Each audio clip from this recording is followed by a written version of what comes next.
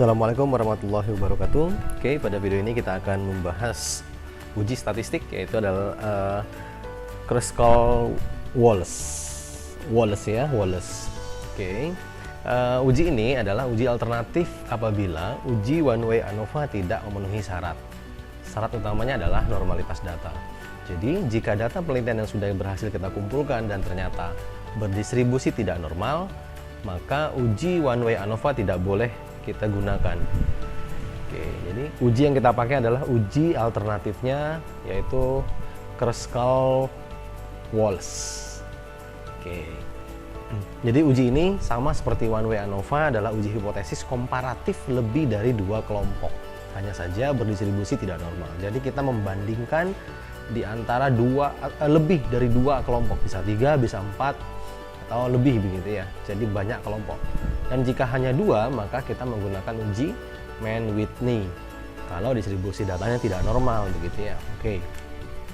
Langsung saja kita latihan, bahwa kasus kita pada video ini adalah kita sebagai peneliti ingin mengetahui apakah ada perbedaan jumlah batang rokok yang dikonsumsi selama 1 bulan pada kelompok pria dengan motilitas sperma buruk, sedang, dan baik. Jadi ada 3 kelompok. 3 kelompok responden, di mana respondennya adalah semua pria. Kemudian semua pria ini kita ukur motilitas atau kualitas dari spermanya. Dan kita temukan 3 kelompok begitu ya. Kita dapatkan 3 kelompok, yaitu kelompok sperma buruk, kemudian sedang, dan baik. Oke. Sehingga dari kasus itu kita membuat pertanyaan penelitian begitu ya. Maka kalau di tugas akhir skripsi biasanya pertanyaan penelitian itu masuk ke rumusan masalah. Jadi pertanyaan penelitiannya seperti ini. Apakah ada perbedaan jumlah rokok yang dihisap dalam 1 bulan pada kelompok pria dengan motilitas sperma buruk, sedang, dan baik? Oke, idealnya kita menyusun kerangka konsep. Kemudian dari kerangka konsep kita turunkan menjadi hipotesis begitu ya. Oke, langsung saja. Ini adalah hipotesisnya. Hipotesis 0 selalu berbicara tentang tidak ada. Kemudian hipotesis alternatif selalu berbicara tentang ada begitu ya, seperti biasa. Oke, nah ini adalah langkah-langkahnya. Klik analyze, kemudian deskriptif statistik, ini explore. Langkah pertama kita harus menguji apakah distribusi data kita, data untuk variabel numerik ya, berarti sini adalah jumlah batang rokok, itu berdistribusi normal atau tidak. Jika tidak, maka uji ini, Kruskal-Wallis ini bisa kita pakai, dan jika ternyata dia berdistribusi normal, maka uji yang kita pakai adalah one way ANOVA. Oke, ini nanti kita buktikan begitu. Ini adalah hasil analisis daripada uji normalitas. Ternyata kita dapatkan datanya tidak berdistribusi normal begitu ya, karena kelompok buruk, sedang itu ternyata nilai P-nya itu kurang dari alfa, sementara kelompok yang baik itu lebih besar dari alfa karena lebih banyak yang tidak normal. Maka kita simpulkan bahwa distribusi data pada ketiga kelompok ini menjadi tidak normal. Oke, ini langkah kedua. Ini adalah langkah dari Kruskal-Wallis ini. Klik analyze, kemudian karena dia tidak berdistribusi normal, maka uji yang kita pakai adalah uji non parametrik gitu ya, kelompok non parametrik. Kemudian kita pilih independent sample t-test, K ya, K independent sample t-test, karena kelompoknya lebih dari 2. Oke. Kemudian ingat, variabel numerik yaitu jumlah rokok itu masuk ke tes variabel, dan kategorinya atau kelompoknya masuk ke grouping variabel. Oke, seperti biasa di define itu kode dari kelompok terkecil dan terbesar gitu ya. Oke, kita akan langsung praktekkan saja. Datanya sudah saya buka. Oke, tadi yang untuk distribusi data normal atau tidak, kita akan mengecek gitu ya, apakah data kita berdistribusi normal atau tidak. Oke.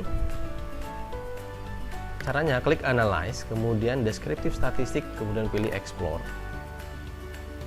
Oke, masukkan jumlah rokok. Nah, untuk yang faktor list boleh dimasukkan, boleh tidak. Di slide saya masukkan jumlahnya sehingga akan muncul kelompok mortalitas buruk, sedang, dan baik begitu ya. Oke, jika mau langsung juga tidak menjadi masalah begitu. Kita akan coba dua-duanya. Sekarang saya akan tidak masukkan dulu faktor listnya. Oke, hanya jumlah batang rokoknya saja. Oke, kemudian kita klik plot, aktifkan normality plot, continue, langsung saja oke. Kita tunggu loadingnya.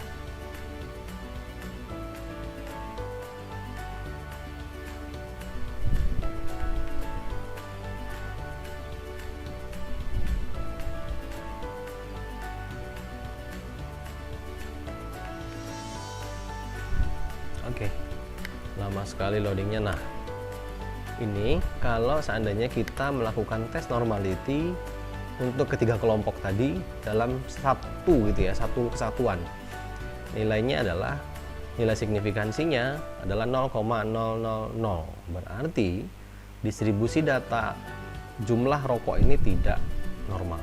Oke, sekarang kita akan coba bagaimana kalau seandainya kita menggunakan pemilahan atau pemecahan dari ketiga kelompok begitu ya. Dengan cara yang sama, klik analyze, kemudian pilih descriptive statistik, kemudian pilih explore. Nah, ini kelompoknya, kelompok motilitas ini kita masukkan ke faktor list, kemudian plot tadi sudah ya, ini harus dicentang. Kemudian kalau mau menampilkan histogram boleh, tidak pun tidak jadi masalah. Klik continue dan oke. Kita akan tunggu loading yang kedua. Nah, sudah muncul seperti ini. Jadi kelompok buruk, sedang, dan baik itu akan terpisah jumlah responden maupun hasil hitung normalitasnya, dan didapatkan 2 di antara 3 berdistribusi tidak normal, sehingga kita simpulkan bahwa distribusi datanya menjadi tidak normal. Oke, karena ini sudah jelas bahwa distribusi datanya tidak normal, berarti uji Cross-Wallis ini bisa kita pakai. Nah, sekarang kita akan coba menganalisis. Klik analyze, kemudian pilih descriptive statistik, kemudian pilih klik analyze, kemudian pilih non parametric test, kemudian kita pilih K independent sample. Klik. Nah, kita masukkan di tes variabel adalah yang numerik, berarti jumlah rokok. Kemudian kelompok motilitasnya kita masukkan ke grouping. Karena kodenya antara 1 dan 3, 1 sampai dengan 3, begitu ya, bisa dilihat kodenya 1 untuk buruk, 2 sedang, dan 3 baik. Sehingga di sini klik define, minimumnya 1 dan maksimalnya 3. Klik continue, kemudian Cross-Wallis-nya sudah tercentang begitu, langsung saja oke. Nah, ini adalah deskripsi dari masing-masing kelompok, dan ini adalah nilai rata-rata ranknya. Kemudian untuk menentukan apakah ada perbedaan atau tidak di antara ketiga kelompok ini, kita bisa melihat output tes statistik ini, di mana nilai P-nya adalah 0,000. Berarti lebih kecil dari alfa 0,05. Karena dia lebih kecil dari alfa, maka kita menolak H0 dan menerima HA. Berarti kesimpulan kita adalah ada perbedaan jumlah rokok, gitu ya, jumlah rokok di antara ketiga kelompok. Tapi tidak jelas yang mana perbedaannya, apakah kelompok yang motilitas buruk dengan sedang, buruk dengan baik, atau sedang dengan baik, begitu ya. Oke, kita kembali ke slide. Oke, sama ya. Oke, ini adalah hasilnya. Iya. Nah, lantas ada pertanyaan bahwa kelompok mana saja yang berbeda. Oke, maka untuk menjawab itu kita harus menguji dengan membandingkan 2 di antara 3 tadi. Jadi kelompok buruk dengan sedang, buruk dengan baik, sedang dengan baik, begitu ya. Masih ingat Mann-Whitney? Oke, nanti silakan tonton video yang sebelumnya. Jika lupa, lakukan uji Mann-Whitney untuk melihat apakah ada perbedaan. Nah, perbedaan rata-rata batang rokok yang dikonsumsi antara kelompok motilitas buruk dengan baik, sedang dengan baik begitu ya. Nah, yang ini sudah terjawab tadi di slide, sudah contoh. Tapi silakan lakukan uji Mann-Whitney untuk membuktikan ini. Oke. Ini adalah bentuk penyajian tabelnya. Oke, seperti biasa dideskripsikan. Kemudian ada latihan yang harus dikerjakan begitu. Latihan ini menggunakan data ASI2 dan data Kruskal-Wallis ini. Nanti untuk data Kruskal-Wallisnya bisa di-download di deskripsi video. Begitu ya. Saya pikir gampang, mudah. Ini bisa dipelajari karena sangat singkat begitu ya. Hanya saja aplikasi untuk model penelitian, model data yang kita dapatkan dan lain sebagainya yang perlu kita pahami begitu ya. Sehingga latihan saya pikir lebih banyak latihan maka akan lebih baik.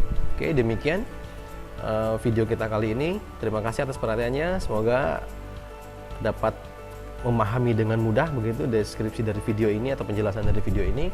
Selamat belajar, selamat menempuh sukses. Terima kasih. Assalamualaikum warahmatullahi wabarakatuh.